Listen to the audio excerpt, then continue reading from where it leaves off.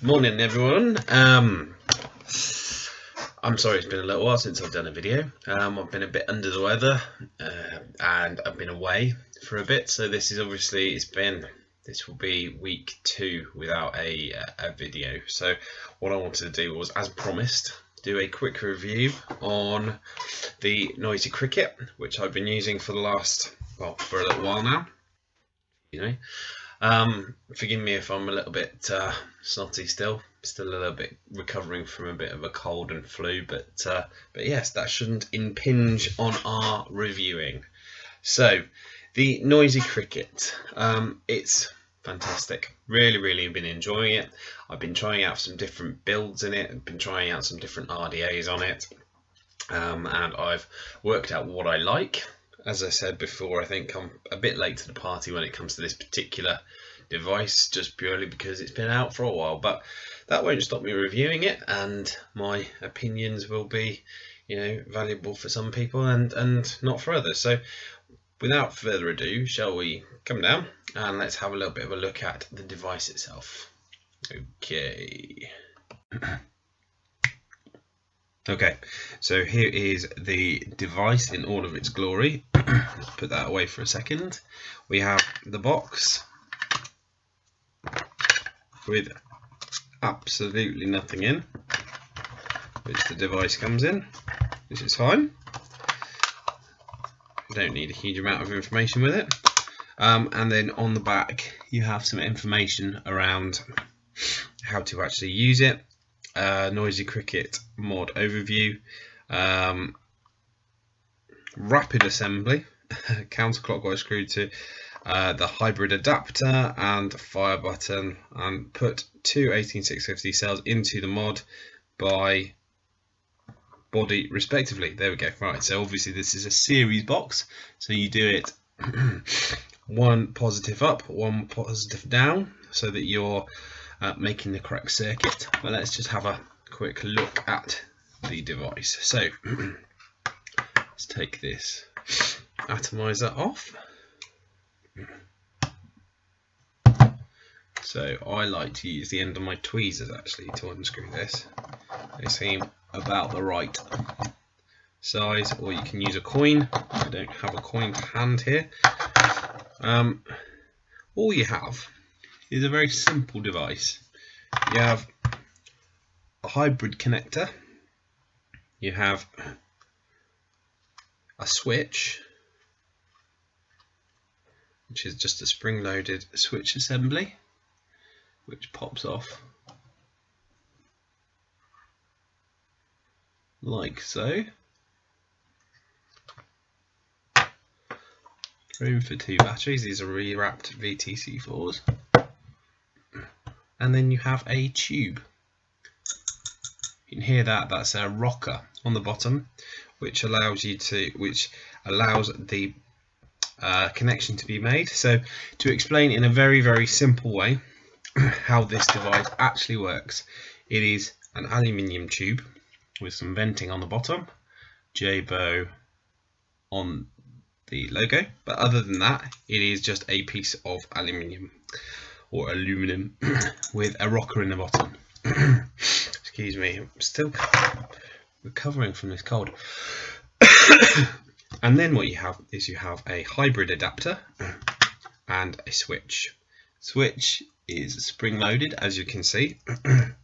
And what you do is you create a series circuit. So in a tugboat box mod or a dual parallel box mod, you would have both of your cells facing positive up, negative down, so you create a circuit like that.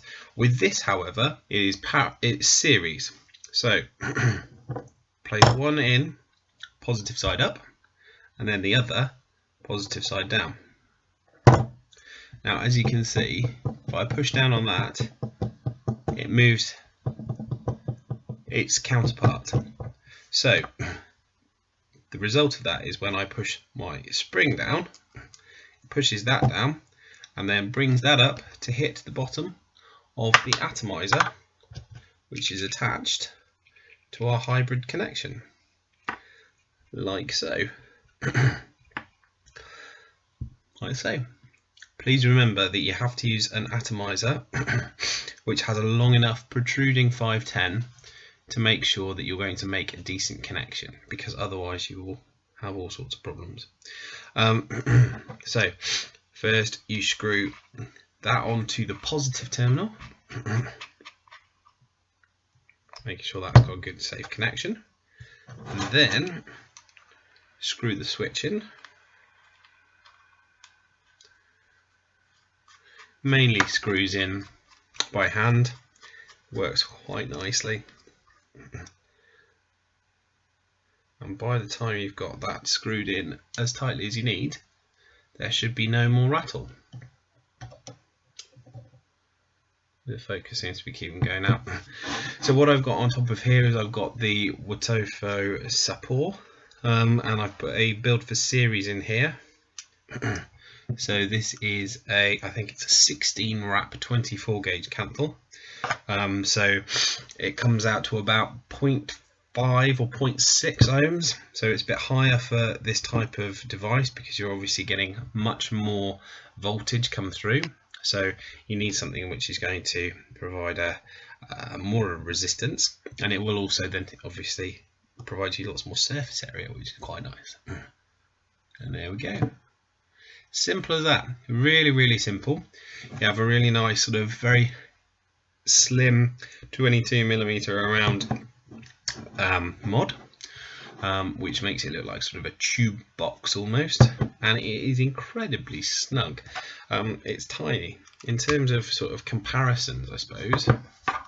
So if you to compare that with something else, what else could I compare it with? Even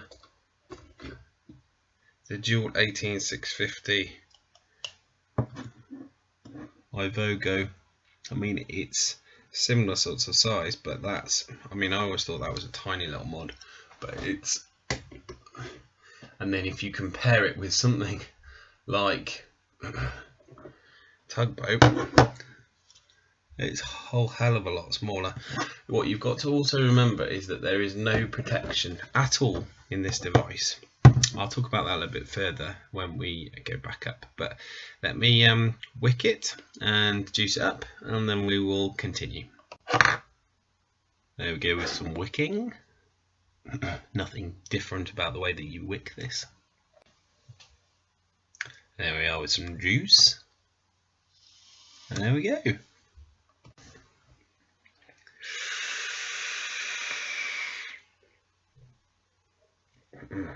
So yeah, that's the Noisy Cricket with the Sapor on.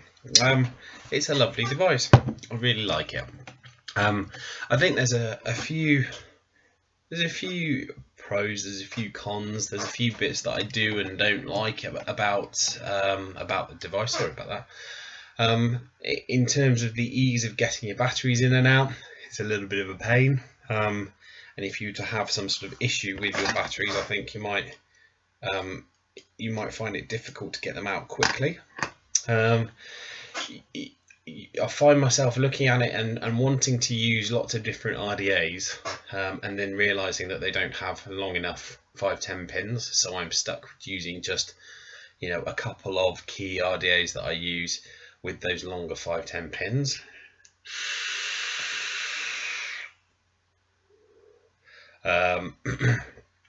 And I'm also very conscious of making sure that I don't over drip too much. You find that the Sapor has a very good juice well and it doesn't leak very much, but if you had something with a very small juice well or something that is more prone to leaking, you might get juice coming right down into your 510 connection and onto your batteries, which would not be ideal.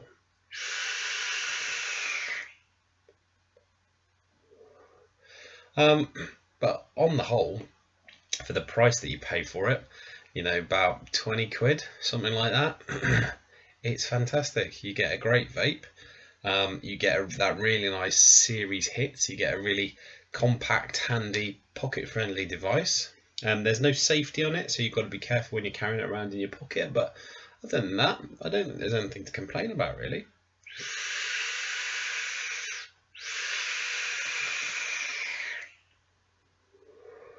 Sometimes the switch can be a little bit wonky, but most of the time it's absolutely fine.